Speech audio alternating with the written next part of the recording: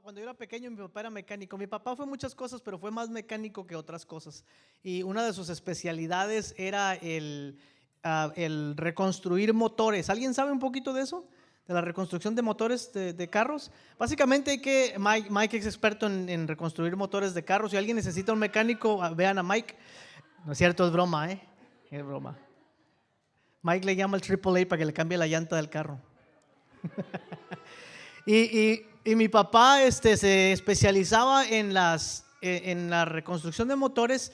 Y obviamente, como yo era el hijo más pequeño, pues yo andaba ahí de pegoste, decimos nosotros, de pegostle, y le ayudaba a mi papá. Y él me daba trabajitos, pero a veces me daba trabajos más importantes. Y un día me acuerdo muy claramente, estábamos reconstruyendo un carro, y una de las últimas cosas que uno hace es ponerle los metales a los pistones. No sé si más o menos se pueden ubicar. Adentro del carro hay una cosa que le llaman, en aquel tiempo le llamaban el árbol de levas, que es como un torquete que da vueltas y que mueve los pistones para arriba y para abajo. En medio de esos hay unos círculos, y ahí van los pistones y ahí llevan unos metales, y los metales tenían que ser calibrados de una manera muy precisa. Mi papá tenía unas herramientas muy buenas para aquel tiempo, pero muy rudimentarias para ahora, y marcaban los metales y había que ponerlos de cierta manera. Bueno, ese día me dijo mi papá que pusiera los metales, y yo puse los metales, y después de que armamos el motor, antes de echarlo a andar, me empezó a dar un calor de esos que le dan a uno cuando sabe que cometió un error. Y me di cuenta en ese momento que era muy posible, en mi mente yo pensaba, era un niño de 12 años, era muy posible que los había puesto al revés, los metales, porque sí se pueden poner al revés. Y me empecé a poner nervioso, como decía el piporro, me puse rojo de la vergüenza y no sabía cómo hacerle, y dije, van a prender el carro mi papá y no va a aprender y no va a saber qué hacer. Y bueno, por fin me armé de valor y fui y le dije, pa, yo creo que cometí un error muy grave. Le dije, creo que puse los metales de las bielas de los pistones, los puse mal, los puse al revés. Y yo esperaba que mi papá se iba a enojar, o como decimos, se iba a paniquear, iba a decir que ya estaba todo armado el motor. Y me acuerdo que me vio y me dijo, para todo hay remedio en esta vida, menos para la muerte, me dijo. Así como decían los papás y las mamás antes, ¿verdad? No te preocupes, me dijo, para todo hay remedio en esta vida, menos para la muerte, me dijo. Y ya se metió él ahí abajo y le movió no sé qué cosa ahí a la parte de abajo del motor, y me dijo, ya está todo arreglado, no te preocupes. Esa experiencia con mi padre me dio cierta confianza para tratar de hacer otras cosas con mi vida, porque me dio la confianza de saber que para todo hay remedio menos para la muerte, y que si uno se equivoca, de alguna manera vamos a encontrar la solución a los problemas. Pero no siempre es así, ¿verdad que no? Algunos de ustedes han descubierto en su propia experiencia que no todo tiene solución en esta vida, o por lo menos no todas las soluciones son como uno las esperaba, y muchos de nuestros proyectos y muchas de nuestras ideas, muchas de nuestras relaciones, muchos de nuestros sueños fracasan. ¿Le estoy hablando a gente normal o no? ¿Cuántas veces hemos fallado en cosas que consideramos muy importantes y abandonamos el esfuerzo de hacerlas porque decimos, ¿para qué le sigo si de todos modos ya fallé? ¿Alguien ha hecho eso? ¿Alguien le ha pasado eso? ¿Para qué sigo con esto si ya fallé, ya me caí, ya fracasé? A veces es algún proyecto, a veces son cosas no tan importantes, o tal vez medio importantes, como algún proyecto, alguna cosa que estamos haciendo en la casa, algunas puertas que queremos poner ahí que llevan 1 año y medio en el garage y no las terminamos de hacer por miedo a que no salgan bien. Algún asunto de la escuela. A veces también puede ser algo más serio, como la familia. La relación con el esposo o la esposa o los hijos no se da como nosotros habíamos esperado, y de repente decimos, ¿para qué le seguimos si de todos modos las cosas nunca cambian? Siempre están igual, mejor ahí que hagan lo que les dé la gana. A veces es nuestra misma relación con Dios. Fallamos, fracasamos, caemos en pecado, dejamos de asistir a la iglesia, dejamos la comunión con los hermanos, dejamos de leer la escritura o de orar, y decimos, ¿para qué le sigo si ya fracasé? Cuesta mucho regresar de un fracaso, cuesta mucho regresar de algo así. ¿Cuántos de ustedes han dicho algo tan sencillo, por ejemplo, al principio de año, este año voy a leer toda la Biblia? Y dice, y no he fallado nada, ya es enero 3 y ya llevo 3 días. Pero para el enero 6 se atravesó la rosca y ya paramos, y en todo el año tenemos la culpabilidad aquí atrás de que yo dije que este año iba a leer la Biblia y nomás he leído como 2, 3 veces todo el año. O los que dijimos, este año sí voy a perder, ahí póngale, ¿no? 5 libras. Y no, ganamos 5, no perdimos 5. Y nos sentimos fracasados, decimos, ¿para qué le voy a seguir si no llego a ningún lado? Es mejor abandonarlo y no continuar con eso. Y hoy vamos a ver la vida de este personaje que se llama Samuel. Muchos de ustedes lo conocen ya, pero la semana pasada hablamos de la mamá de Samuel. Y Samuel es un hijo, un milagro. Él nació de la oración de una madre. Y la madre, como dijimos la semana pasada, Ana, lo entregó inmediatamente al Señor. Después de que él era un niño, ella lo llevó al templo para que sirviera al Señor.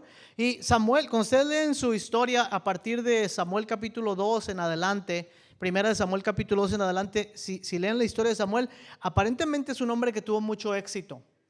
Él es el primer juez, el primer sacerdote y profeta de la nación. Es decir, él mantiene esos 3 oficios que después vamos a ver en otra persona, pero perfeccionados. Pero Samuel es este hombre que parece tener mucho éxito, pero que también experimenta fracasos en cosas muy importantes en su vida. Y tal vez podemos descubrir nosotros esta mañana que en lugar de tenerle miedo al fracaso, en lugar de abandonar nuestros proyectos por el fracaso, en lugar de abandonar nuestra relación con Dios, nuestra relación por otros por el fracaso, podemos aprender a abrazar el fracaso y a celebrar nuestras limitaciones como parte de algo más importante en nuestra vida. A ver si logramos, con el ejemplo de Samuel, aprender a celebrar no los éxitos, sino los fracasos en nuestra vida y verlos como parte de algo más importante. Es que vayan a primer libro de Samuel, capítulo 8, y ahorita vamos a leer parte de la escritura, pero ya han pasado muchos años desde que el niño Samuel recibiera por primera vez la palabra del Señor. Y ahora está consolidado, como dije antes, como juez, como profeta y como sacerdote de toda la nación de Israel. Y si ustedes van unos capítulos antes, se van a dar cuenta que Dios ha confirmado su palabra a través de Samuel. Dios le dio una palabra que tenía que ver con el futuro de los hijos de Elías y con Elías mismo, y Dios ha confirmado su palabra. Y Dios ha utilizado a Samuel para dirigir al pueblo en una renovación espiritual. Por ejemplo, si miran el capítulo 7 de primera de Samuel, se van a dar cuenta así rápidamente que Samuel dirige al pueblo en una renovación espiritual. O sea, el pueblo de Israel siempre ha estado entre que si servimos a Dios y que si no servimos a Dios. Siempre cuando entró a la tierra prometida estaban que lo oprimían sus enemigos, en que clamaban a Dios, y que ese era el patrón de conducta del pueblo de Dios. Y Dios utiliza a Samuel para liberar a la nación de los filisteos y para tener una renovación espiritual en la vida de la nación. En el capítulo 7 vemos eso. Cuando tengan oportunidad de leerlo en casa, lo pueden hacer. Derrota a los filisteos, dirige al pueblo en esta renovación espiritual. Es ahí en el capítulo 7 donde Samuel pronuncia esta frase muy, muy conocida que a los cristianos nos gusta mucho cuando decimos Ebenezer, hasta aquí nos ayudó Jehová. Los que crecieron en la iglesia la decimos muchas veces porque es algo que nos recuerda de que Dios es fiel con nosotros, ¿no? Básicamente la famosa frase que quiere decir piedra de ayuda. Lo que Samuel dice es, el Señor no ha dejado de ayudarnos. O sea, cuando derrota a los filisteos y recuperan el arca, Samuel dice, el Señor hasta aquí no ha dejado de ayudarnos. Entonces en el capítulo 7, que no vamos a tocar en mucho detalle, vemos que Dios manifiesta durante toda la vida, dicen en los últimos capítulos versículos del capítulo 7, dice que durante toda su vida, Dios manifestó su poder a través de Samuel para librar a Israel. Fíjense, durante toda su vida, Dios manifestó su poder.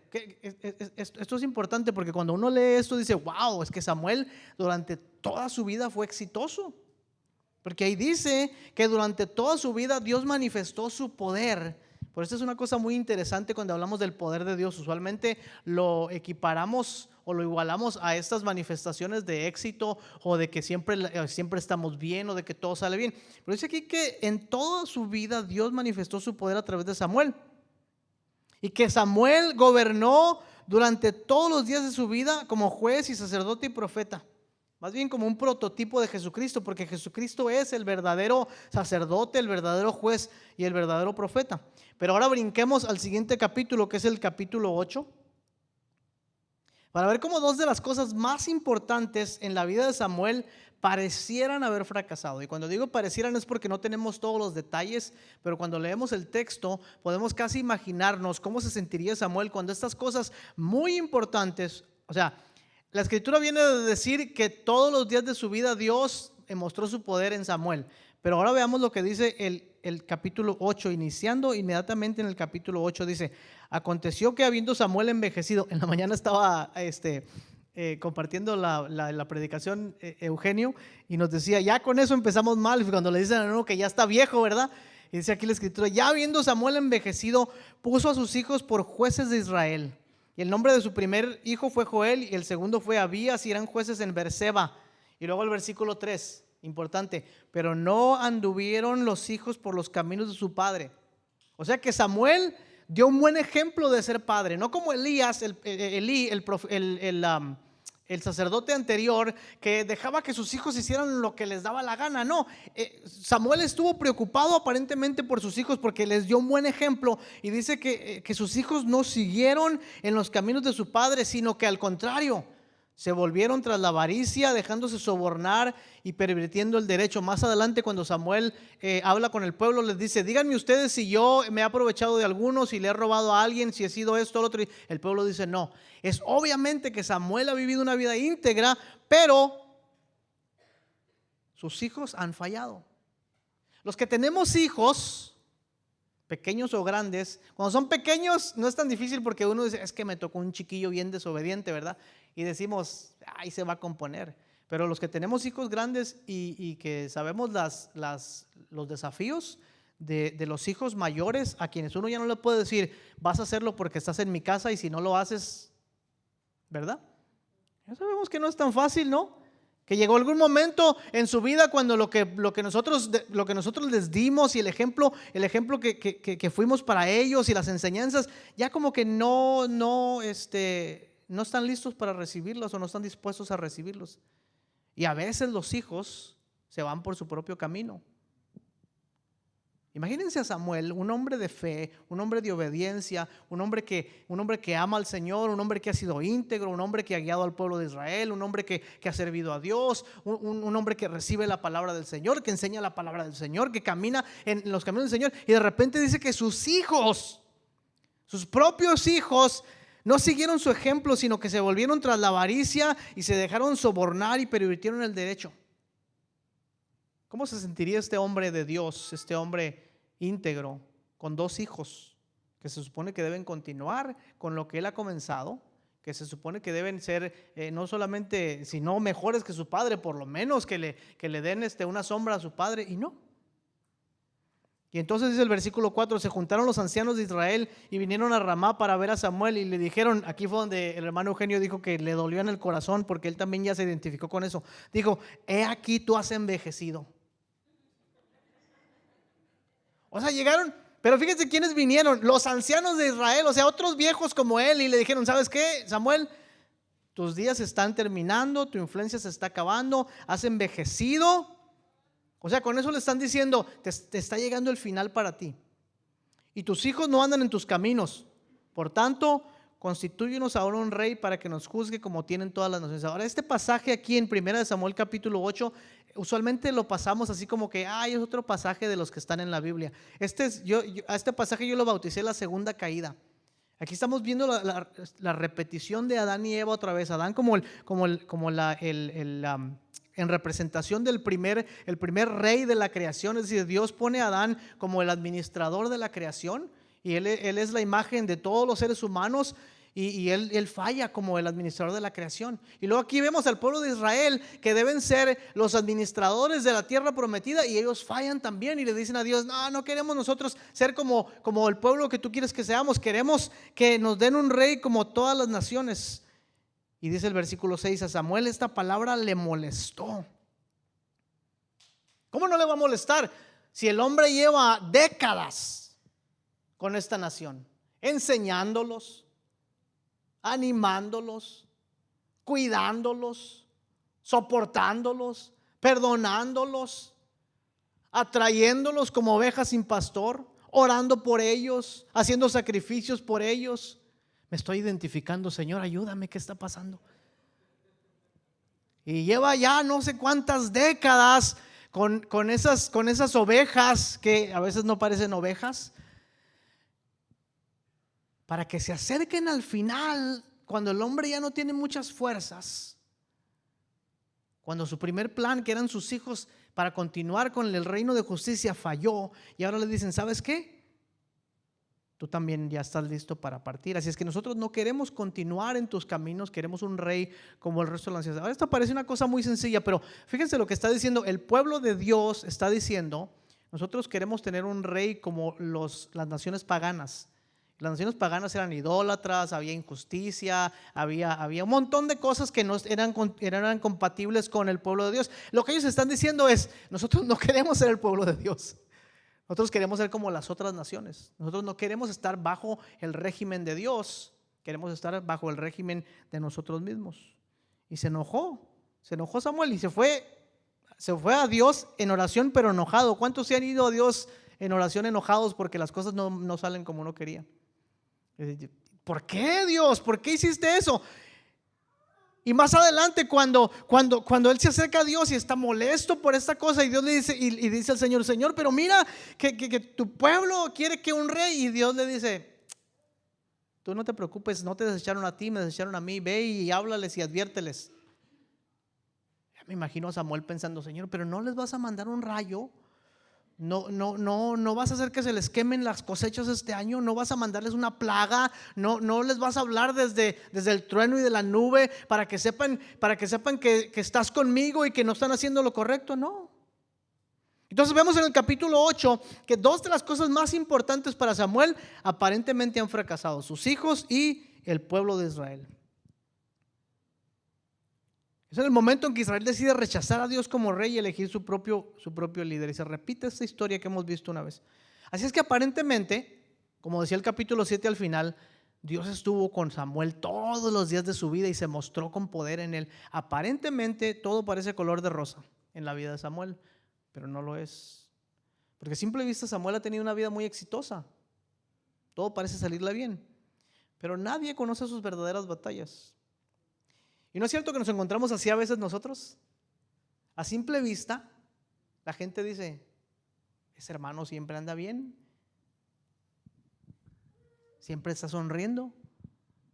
La gente asume, oye, tú nunca tienes problemas en tu casa porque tú y tu esposa siempre andan agarrados de la mano. Si supieran. Nunca pelean. Sus hijos, mira qué lindo, sus hijos. Tony y Abby son los niños perfectos, y Abril son los... Y ahora Sophie, la dinastía completa, ya, qué barbaridad.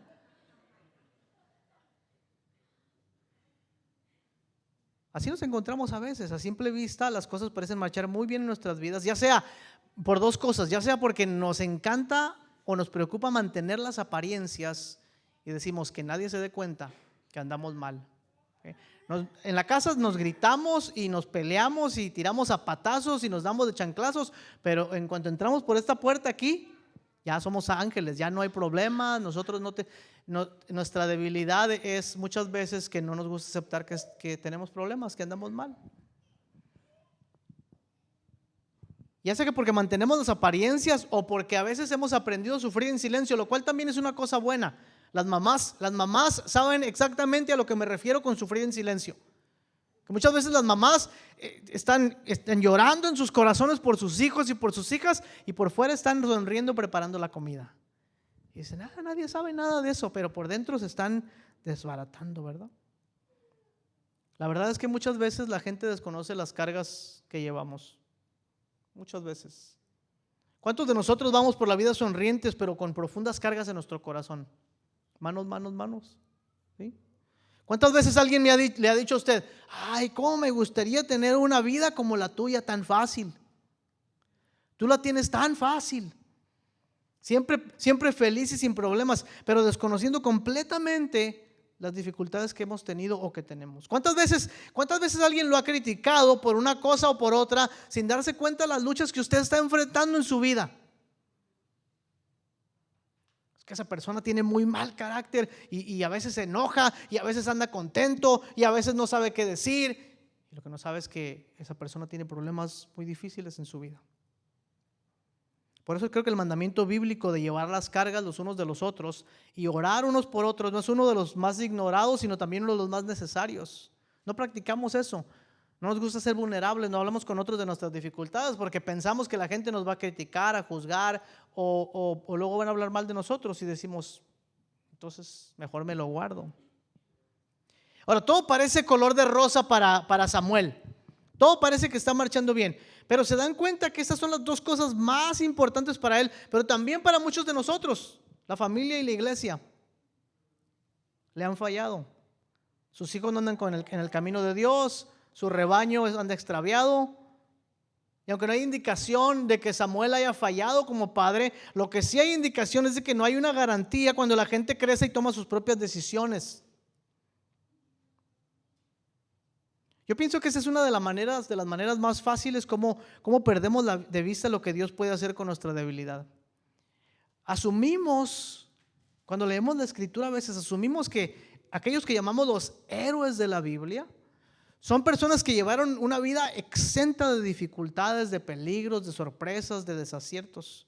Entonces cuando nos comparamos con ellos decimos, no, pues yo ¿cuándo voy a ser como Abraham si Abraham fue perfecto? ¿Cómo voy a ser como David si cada que oigo predicaciones de David dicen que es un hombre conforme al corazón de Dios y que todos los salmos que escribí yo, pues yo ¿cuándo? Yo no voy a poder ser así.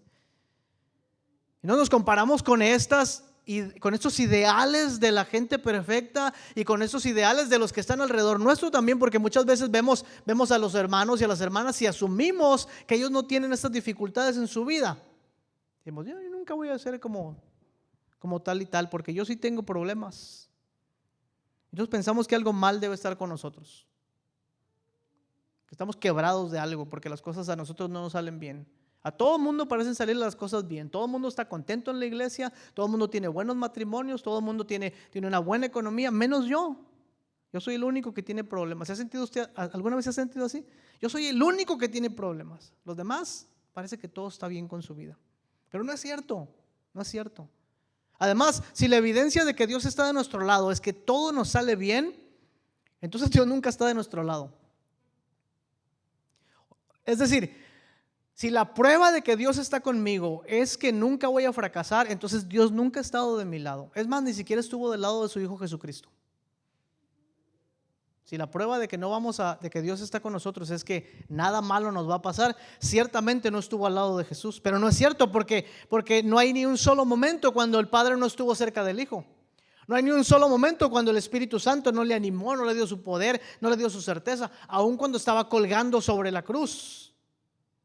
Ahora imagínense a Samuel pensando que Dios no está con él porque sus hijos han abandonado el camino o porque Israel mismo ha abandonado el camino. Y no es cierto que cuando las cosas nos salen mal, inmediatamente comenzamos a pensar que Dios se ha olvidado de nosotros. A ver, digan amén si es cierto o no. Empiezan a seguir las cosas mal y decimos, no, es que ya Dios me quitó su favor. Me caí de la gracia para copiarle al hermano otra vez de la mañana. Me caí de la gracia, dice, como si la gracia fuera la rueda de la fortuna, donde me salgo y vuelvo a entrar y otra vez. Y sentimos que Dios nos abandona, que no está de nuestro lado. Ahora, por supuesto que los fracasos de nuestra vida, los errores, merecen un análisis objetivo de nuestro carácter y nuestras decisiones, ¿no es cierto? Uno no puede ir por la vida nomás diciendo, pues es que sí, me va mal económicamente, pero es un gastalón y no guarda para nada y todo se lo come, ¿no? Uno no puede decir, no, pues es que Dios me está probando. No creo. No podemos decir tampoco, más bien lo que debemos hacer es analizar siempre nuestras vidas, saber que estamos siguiendo la voluntad de Dios, y cuando nos encontramos en dificultades o hay fracasos, entonces debemos considerar a la luz de nuestra propia vida qué es lo que Dios está haciendo en nosotros. Sin embargo, le tenemos tanto miedo al fracaso que lo vemos como la peor cosa que nos puede ocurrir. La peor cosa que nos puede ocurrir. Dejamos que los fracasos definan nuestra vida, definan nuestra relación con otras personas, definan nuestra relación con Dios mismo.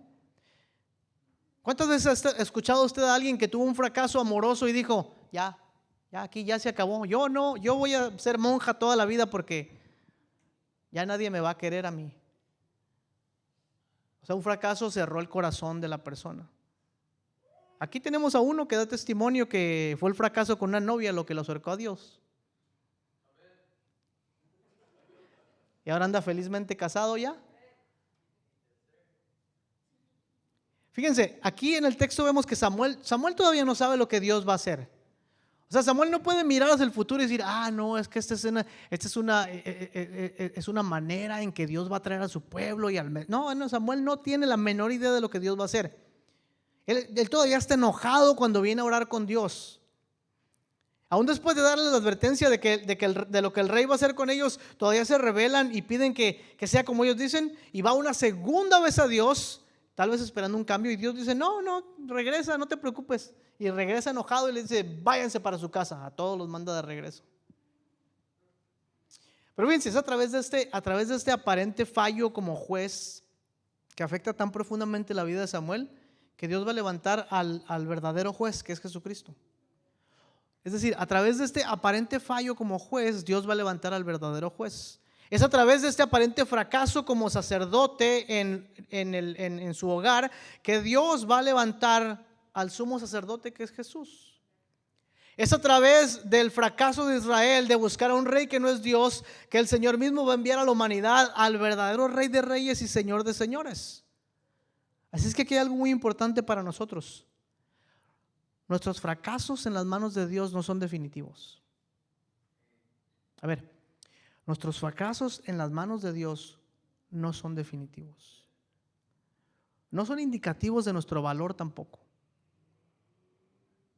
En un tiempo cuando tuvimos unas dificultades muy, muy fuertes en mi hogar, una persona a quien queremos mucho le dijo a mi esposa, le dijo, si la rebeldía de tus hijos fuera una indicación de que eres un mal padre, entonces Dios es un mal padre, porque tiene un montón de hijos rebeldes.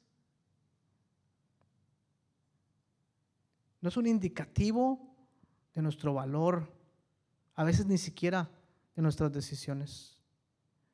No son una sentencia de muerte. Tu fracaso no es una sentencia de muerte. La vida no se ha terminado todavía. Los fracasos son evidencia de nuestra debilidad e imperfección. Eso sí, nuestros fracasos son la evidencia de nuestra debilidad y de nuestra imperfección. Pero Dios es experto en derramar su gracia sobre los fracasados y los imperfectos.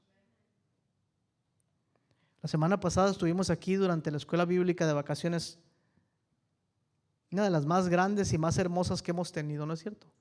Un montón de chiquillos de todas partes, hasta de un grupo aquí de AA que tienen sus hijos, se vinieron para acá, estuvieron toda la semana y Dios se movió en los corazones de los niños y se movió en los corazones de los que estaban ahí trabajando. Bueno, el tema era Be the Change, sé el cambio. Nada más apropiado para una de las cosas más hermosas que ocurrieron. Porque entre medio de los que andaban ahí ayudando, vi algunos que brillaban de alegría. O sea, andaban ahí entre los que ayudaban en las clases, eso, andaban unas personas que estaban brillando de alegría. Pero hace unos años atrás, algunas de esas personas estaban completamente muertos en tristeza, en dolor, en depresión, en pecado. No sonreían. Pero ahora estaban no solamente siendo el cambio, como decía el de ese, sino estaban siendo cambiados por Dios. Así es que si usted ha experimentado un fracaso, o si los planes no le han salido como usted pensaba, si usted piensa que su vida nunca más va a tener sentido por sus fallos o por sus imperfecciones, por sus errores o por los errores de otros, tiene que saber una cosa muy importante hoy.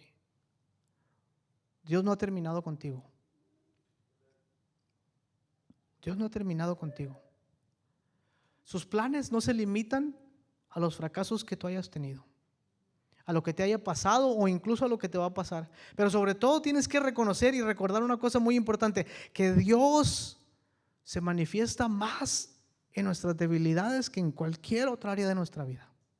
Que en cualquier otra área de nuestra vida. Es en el quebrantamiento y en el dolor y en las debilidades que Dios manifiesta más su gracia. Así es que levántate, sacúdete el polvo, échate un poco de agua en los raspones y sigue adelante confiando en Dios, porque Dios no ha terminado contigo. Dios no ha terminado contigo todavía.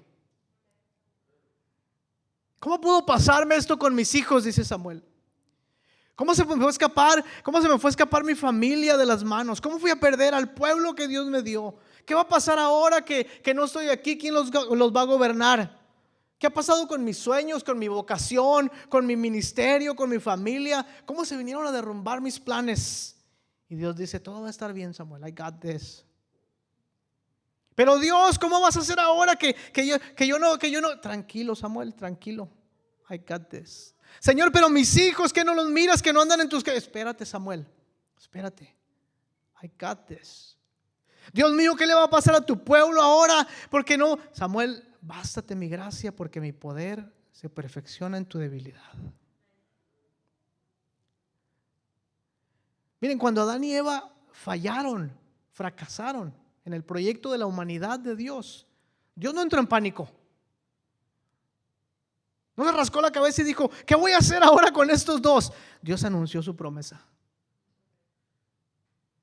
Dijo, de la semilla de la mujer vendrá uno que le aplastará la cabeza a la serpiente. Cuando Abraham falló en confiar en Dios, Dios no lo castigó. Dios ratificó su pacto con él y le dijo, en ti serán benditas todas las naciones de la tierra. Cuando Israel estuvo cautivo en Egipto, Dios no se rindió ni los abandonó, sino que les envió a Moisés como libertador. En su caminar por el desierto, cuando los israelitas se dieron a los ídolos y a las quejas, Dios no los abandonó aun cuando ellos lo abandonaron, sino que los protegió con la nube y con el fuego, con el maná y con el agua de la roca.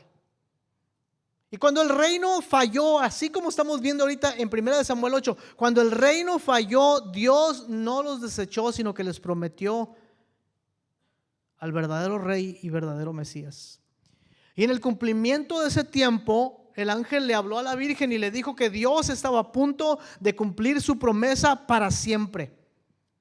Y el segundo Adán, quien es Cristo, no falló, sino que cumplió. Jesús es el verdadero sacrificio que se ofreció voluntariamente y no a la fuerza como Isaac. Él es el profeta más grande del que Moisés hablaba, es el verdadero libertador. Jesús no cayó en la tentación en el desierto como Israel, venció a Satanás. No eligió su propio destino como los israelitas en el reino, sino que en obediencia fue a la cruz por nosotros. Él se convirtió en la verdadera comida y en la verdadera bebida. Él es la nube y es el fuego. Él es el maná que desciende del cielo. Él es el pan de vida y la verdadera roca de nuestra salvación. Y con su muerte en la cruz, que parece, por cierto, a todas vistas un fracaso, con su muerte en la cruz, Dios en realidad anuncia el principio del fin de los principados y de las potestades, de los poderes opresores de este mundo, de Satanás y de sus huestes. Con su resurrección, Él anuncia la victoria contra el pecado, contra la justicia y contra la misma muerte. Inaugura la nueva creación de Dios. Él es la palabra final de Dios que nos dice que ya todo ha sido completado. Que los éxitos y los fracasos hayan su cumplimiento en las buenas noticias de que ahora Cristo es Rey y Señor de nuestras vidas. Nuestros éxitos y nuestros fracasos hayan cumplimiento en la buena noticia de que Cristo es Rey y Señor de nuestra vida. ¿Qué hacemos entonces con nuestros fracasos? ¿Qué hacemos cuando se nos ha derrumbado el plan que teníamos? Al considerar la vida de Samuel y la nuestra, lo que hacemos es desarrollar una profunda confianza en los planes y la bondad de Dios. Una profunda confianza en los planes y la bondad de Dios. Pero confiar no significa no hacer nada. Confiar significa actuar en fe en esa confianza. Así es que le pregunto esta mañana, ¿cuál de tus fracasos puedes poner en el altar de Dios esta mañana? ¿Cuál es el fracaso que te está reteniendo? El fracaso que te está maltratando, que te está hostigando, el fracaso que no te deja crecer, el fracaso que no te deja amar, el fracaso que no te deja perdonar, el fracaso que no te deja seguir a Dios, el fracaso que no te deja abandonar algún hábito pecaminoso. ¿Cuál es ese fracaso que puedes sacrificar hoy en el altar esta mañana? Y pregúntate si sigues confiando en ti y en tus habilidades y seguir fracasando, o quieres entregarlo todo a Dios y dejar que Él tome tus momentos más débiles y más difíciles y más imperfectos para hacer una obra que jamás te habías imaginado. ¿Por qué no intentas esta semana lo que siempre has querido y has tenido temor de hacer? Por miedo al fracaso. ¿Por qué no vas y hablas con tus vecinos por los cuales has estado orando y dices, pero un día les voy a hablar del Señor, nomás que tenga yo fuerza para hacerlo? Pero ¿y qué tal si me rechazan o me dicen? ¿Qué tal si no vienen a mi invitación de venir a mi casa? ¿Qué tal si me acerco a aquel que me ofendió y cuando quiero extenderle la mano me vuelve a ofender? ¿Qué tal si fracaso? Celebra el fracaso, porque Dios es el Dios que redime nuestros fracasos. Y deja que ese fracaso se convierta en el vehículo de la gracia de Dios en tu vida.